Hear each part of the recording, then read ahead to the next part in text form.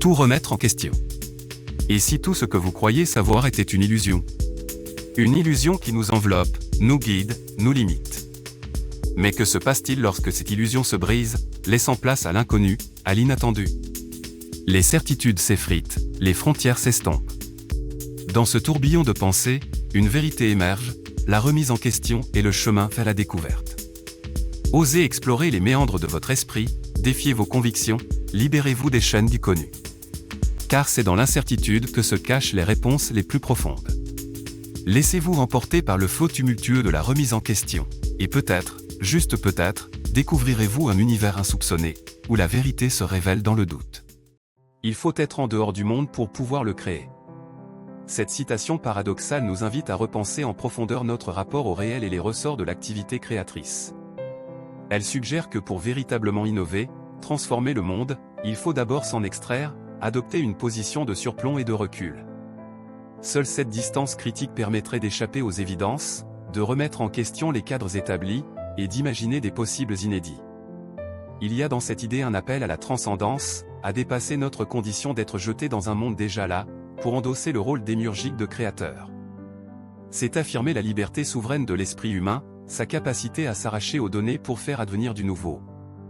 L'histoire des arts, des sciences, de la pensée, ne cesserait de nous le montrer, les grandes inventions et révolutions conceptuelles sont souvent le fruit d'un pas de côté, d'une rupture avec les schémas convenus. De Galilée à Picasso en passant par Nietzsche, les figures de proue de la création humaine se signalent par cette aptitude au décalage, à voir le monde sous un jour inédit. Mais cet en dehors peut aussi s'entendre de façon plus subtile, comme un certain rapport intérieur au monde.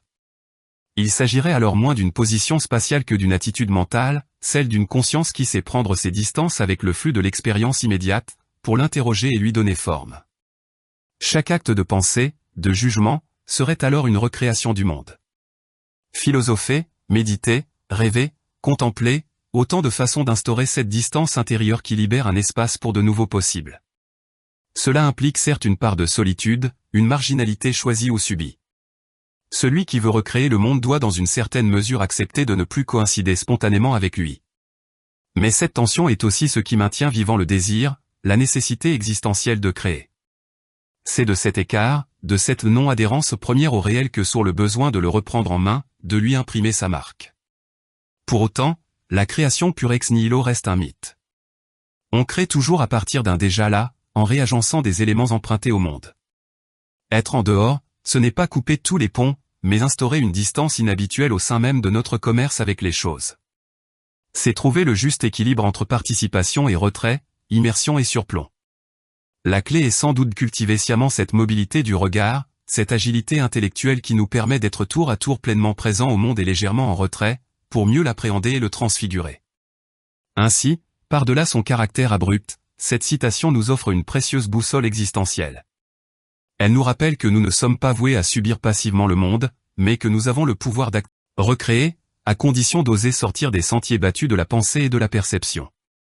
À chacun alors de cultiver, à sa mesure, cet écart créateur, cette façon de se tenir au plus près du réel tout en préservant l'espace d'un questionnement, d'un retournement possible.